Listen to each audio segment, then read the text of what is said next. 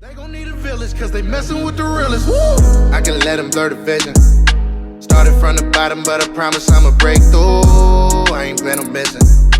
This is how I'm living every day. I'm trying to make moves. Welcome to episode 1 of The Climb, Leaders on the Rise. Happy New Year to everyone that's tuned in and listening to this podcast. Got Mr. Aaron Hosack next to me. My name's Bryce Atagi, and we're really excited for the opportunity as we embark on this new podcast. We feel like it's going to be filled with a lot of great content, a lot of great people, and hopefully you'll resonate with some of the stories that are told along this journey that you can hopefully implement into your life to make positive change. So as we get into it, Aaron, what's kind of your background, man? Like, how did you get to where you're at right now in your life? It's been a long time coming, I guess, and why the hell are we the ones sitting here talking to everybody and bringing new people on and introducing new stories? Bryce, I think our journey has been somewhat well documented throughout Southwind, and over the years, I've just kind of watched this place grow into something that's truly remarkable and something that houses a lot of different people and a lot of different businesses these days. So, my journey started long time ago, obviously. I'm a little older, you can tell by the gray hair. But you can tell my journey started a long time ago back in California and just growing up in Southern California. And, my life for a long time, my identity was football. And that's what I did throughout college. Got a scholarship at University of Minnesota, played a couple years up there, and then had the opportunity to play in the NFL after that. And that was pretty neat, just being around, organizations at that level, the best of the best in their field. And, seeing what it took and required every single day, not only to bring your best, but just, to try to stick around for as long as you could. I had a couple cups of coffee with the Vikings and a couple years after that as well. And the time came to an end where, the real world hits. And I know your story, and the real world hit both of us kind of in the same way.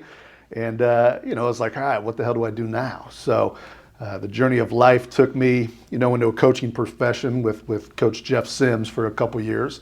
And then inevitably it took me to Kansas City, where I met my wonderful wife, Heather. We had a couple kiddos and, started life from that moment on in Kansas City. And, when I moved up here, I had no idea what I wanted to do. I knew I had to do something outside of football at that point. And, I stumbled across a 1-800-GOT-JUNK listing. And I don't even know, I think it was on like Craigslist back in the day when people still use Craigslist. I brought up Craigslist the other day and my wife was like, hey fool, nobody uses Craigslist anymore. But nonetheless, I think that's how I found the job. Met Josh and Tyler, who I owe damn near everything to, who just kind of changed my life at that point. So I joined Southwind, 13 years ago, right around there. It didn't look like it does now, I think, and that's kind of the cool part to me. I've seen it from where we were and where we brought it to, and where the future leaders, as we're going to showcase throughout this podcast, are going to take it to. And, it's been a pretty fun ride, and I got a unique perspective because I've been here so long, I think, on that ride, and I could provide, hopefully a lot of insight and maybe some stuff that can, maybe transform our viewers or transform some of our guests that are coming on the show. To just maintain where they're headed, where their path is taking them, because it's changed my life, and I think it's going to do a lot of the same for many others that have come along the way. So, that's how I've gotten here, and like I said, 13 years running, I've got to meet some awesome people like yourself, who I consider one of my best friends in the whole world, as well as Nathan as well. So. And it's exciting to bring people on here, see what everybody's up to, and see where we're going to take it over the next few years. Because to me, anything is possible. And I think I kind of knew that before I started here, but I think truly I could sit here now. Like me and you sitting on a podcast is tripping me out. I'm not a podcast dude, so the fact that you were willing to bring me in, I appreciate the hell out of you, getting me uncomfortable. But I know, man, we can hopefully have some things that are going to change some people's lives and bring some guests on that will hopefully impact some people as well. So, absolutely. That's my background. We'll hear more about it as we go. But, that's what brought me here, man. So I'll throw it right back to you, Bryce. Yeah. So when I think about my journey, faced a lot of adversity growing up.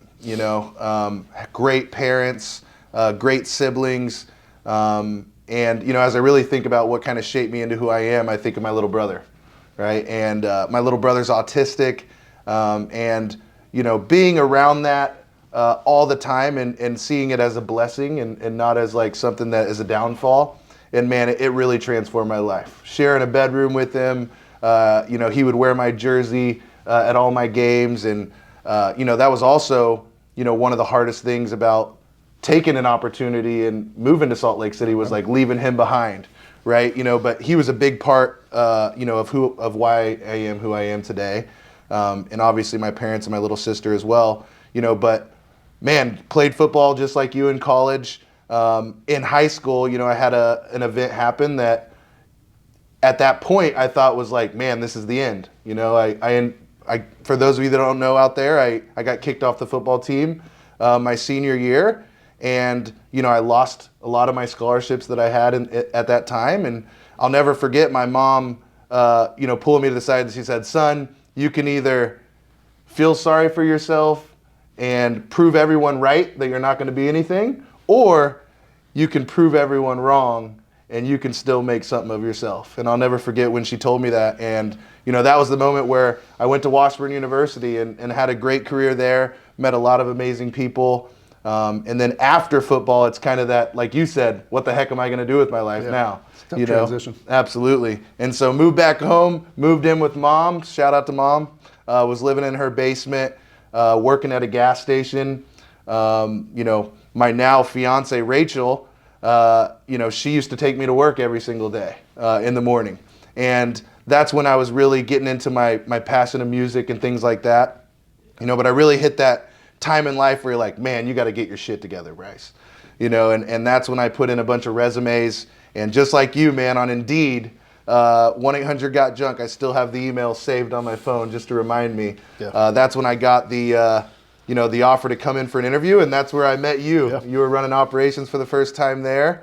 And coming into this place, meeting the people, talking about vision, where we're heading and things like that, is really the thing that like made me stick here. I almost thought about like this was football without the actual ball. You get to impact people, you have the locker room, the culture, the environment, and you're pushing each other to accomplish things, man. And so being around other people that were like-minded and that were like kind of on the same journey as me really pushed me outside of my comfort zone and put me in a position to actually do something with my life. So starting in the trucks, getting into training. I remember you making me the trainer, made me do morning meetings and all that stuff, and got into operations, and then had the opportunity to move out to Salt Lake City. And I remember actually calling you when I got that offer when I was in Chicago. Yeah. And I'm like, what do I do, Aaron? Yeah. You're like, man, you not taking this would be the dumbest thing you ever did. And so I listened to that advice. I took the opportunity, moved with just Rachel and myself out to Salt Lake. We ended up having my son, who's now 4 years old, Koa, out there. And they don't send you home with no instruction manual, man. Yep. You got to figure it out. And that was like that time where I feel like we both really evolved as parents, as people, as human beings. Like, dang, this is all on us. We didn't have babysitters, still had the business to take care of and things like that.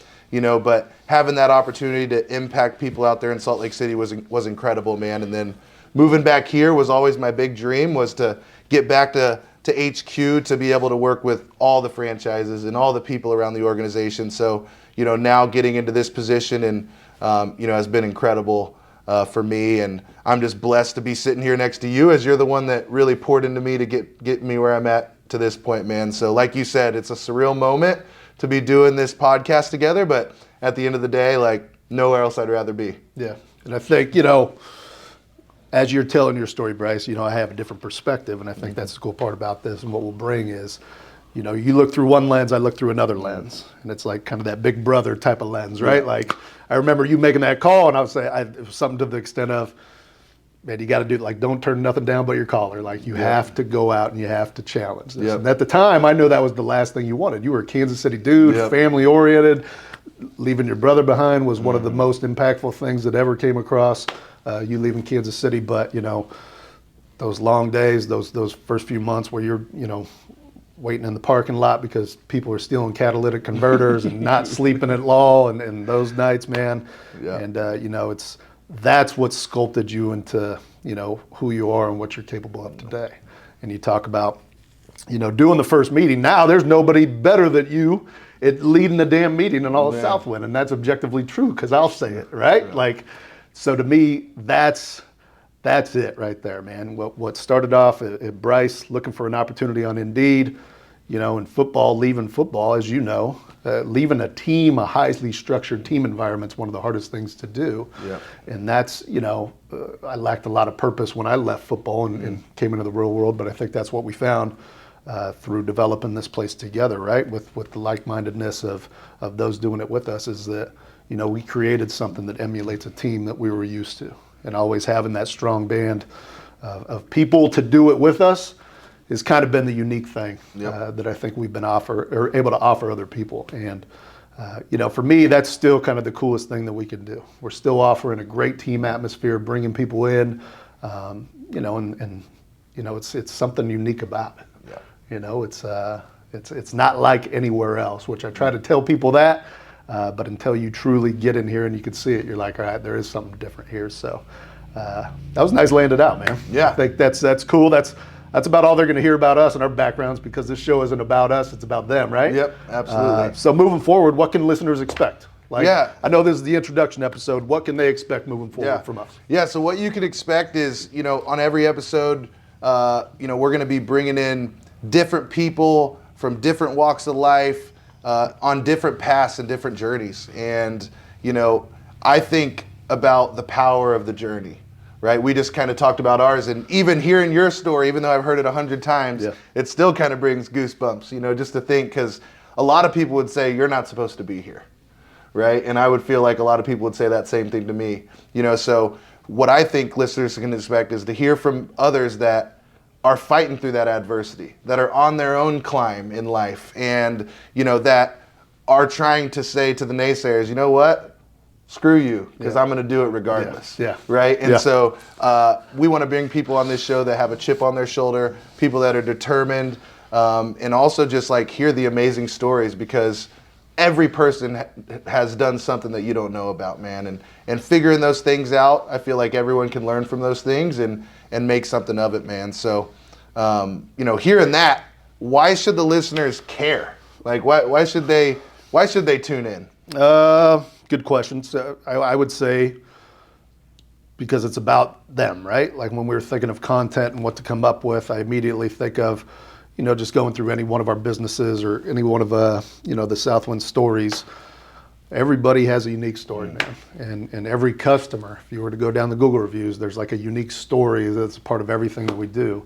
And, I think highlighting that as a way to showcase what's happening out there every single day is truly special, because, a lot of what you hear comes from headquarters and comes from, the guys that have been doing it for a while. But truthfully, man, we have thousands of people out there every single day getting after it, man. And thousands of people with unique stories, and the next, Bryce Atagi is out there waiting and doesn't even know it right now. So if we can find those, through this vessel, through this conduit to showcase that stuff, I truly think, that would be a pretty special thing. It's always, when somebody gives you a platform or somebody shares something that you can do or made an impact, man, that's a life-changing event. I still remember coaches or people that have poured into me over the years, and just, those certain moments in time. I think of Josh, Heron, and Tyler, those certain moments where they challenged me to do something, and it was life-changing, not only for myself, but for my career as well. So,